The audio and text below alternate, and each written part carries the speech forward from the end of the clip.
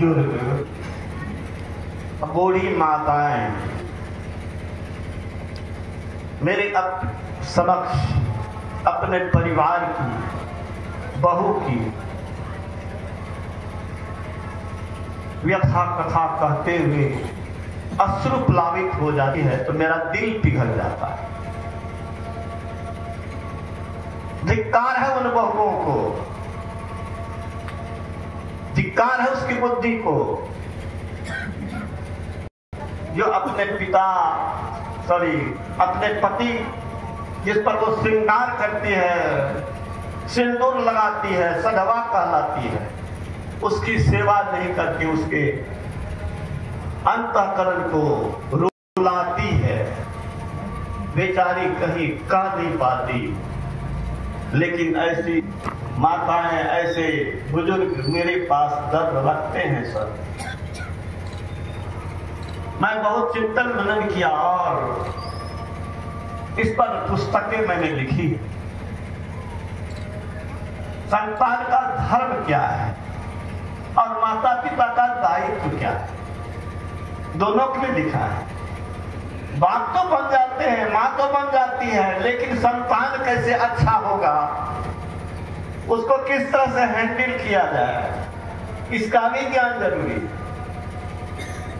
तो माता पिता का दायित्व क्या है, कैसे संतान अच्छा हो, कैसे बांकने न हो, कैसे पथभ्रष्ट न हो, कैसे दोनों कुल की लाज रखे बेटियां।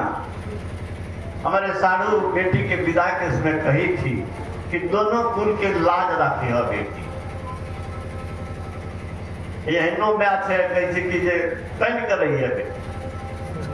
हाँ, सास दबाएगी पतहू की, और पतहू को लटके कभी नहीं दबावे, उस पतहू को मर जाना अच्छा है। मैं तो यही समझता हूँ, वो चिंता का है।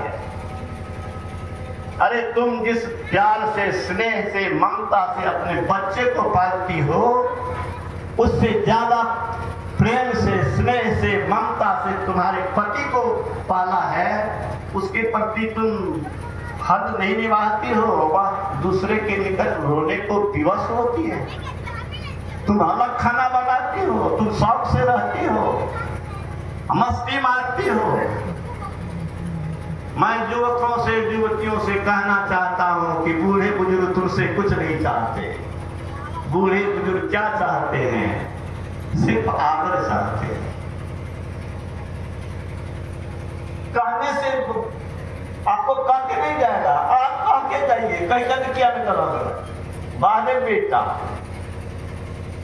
बेटा से इजाजत लेके जाइए, लेकिन बेटा आपसे इजाजत नहीं लेगा। पतोह से सौस कह के जाए, लेकिन पुतोह कह के नहीं जाए। यही तुम्हारी बुद्धि है, विवेक है। मैं समझता हूं इसका कारण क्या है। इसका कारण है सद्बुद्धि का अभाव। वो सद्बुद्धि देना आध्यात्मिक संस्था और अभिभावक का दायित्व है, नहीं है।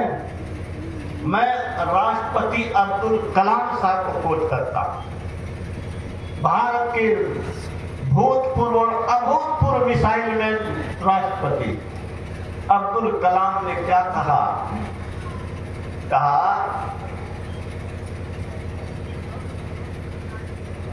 सरकारी संस्थान और विद्यालय, कानून अच्छे नागरिक पैदा नहीं कर सकते। आध्यात्मिक संस्था और अभिभावक को 15 वर्ष की उम्र तक जीवन के मूल्य को समझने की शिक्षा देनी चाहिए। अचानक से बाप बन गए, अचानक से माँ बन गई। अरे तुम जो बोलते हो अबोध बच्चा सुनता है, देखता है और उसके मन पर छाप पड़ता है। वो गर्भ का बच्चा जब अभिमन्यु महाभारत के संग्राम में चक्रव्यूह का भेदन कर सकता है, और तुम्हारा छोटा नन्हा बच्चा अगर इंग्लैंड पे भेज दिया जाए तो अंग्रेजी का एक्सपर्ट हो जाएगा। क्यों? हमारा बच्चा अगर जाएगा तो इंग्लैंड में इंग्लिश के तरह, इंग्लैंड के तरह वैसी भाषा नहीं बोल सकता। क्यों?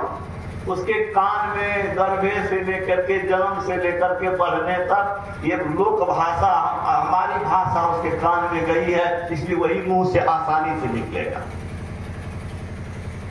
ये मत समझो कि वह बहुत बच्चा है, छोटा है। आप जो करते हैं, जो बोलते हैं, जो सुनते हैं, जो देखता है, देखती है, उसका प्रभाव उसके मन पर पड़ता है, उससे धीरे धीरे उसका ब्रेन विकसित होता है। इसलिए हर एक अभिभावक को चाहिए कि अच्छी पुस्तक, अच्छे विचार से अवगत करावे अपने बच्चे को। विस्तार से पुस्तक को पढ़ेंगे। मैंने जीवन में या तो जी जान लगा के पढ़ा और पढ़ाया। एक क्लास मिस करने का कोई रिकॉर्ड मेरा नहीं हो सकता। हमारे यहाँ तो शशि भूषण लोग बैठे हुए हैं, कॉलेज के साथी। किसी विभाग में प्रैक्टिकल नहीं होता था, हम प्रैक्टिकल करवाते थे रिटायरमेंट के साथ समय तक। जिस मुस्तैदी से मैंने फिजिक्स पढ़ा और पढ़ाया, उसी मुस्तैदी से मैं धर्मशास्त्र का, अध्यात्म शास्त्र का अध्ययन मनन किया और उसका भी अध्यापन किया। और इस 50 वर्ष की जिंदगी में मैंने जो चिंतन मनन शास्त्र का मंथन किया है, उसका निचोड़ है साहित्य अमृत संचयन, अमृत चिंतन, भाग 1 और भाग 2। मैं चाहूंगा कि आप लोग इस पुस्तक को आरती के बाद लेंगे। मैं बाबा से एक वचन और प्रस्तुत करना चाहूंगा। क्या कहे थे आप लोग बाबू? समदान कहिए बाबा।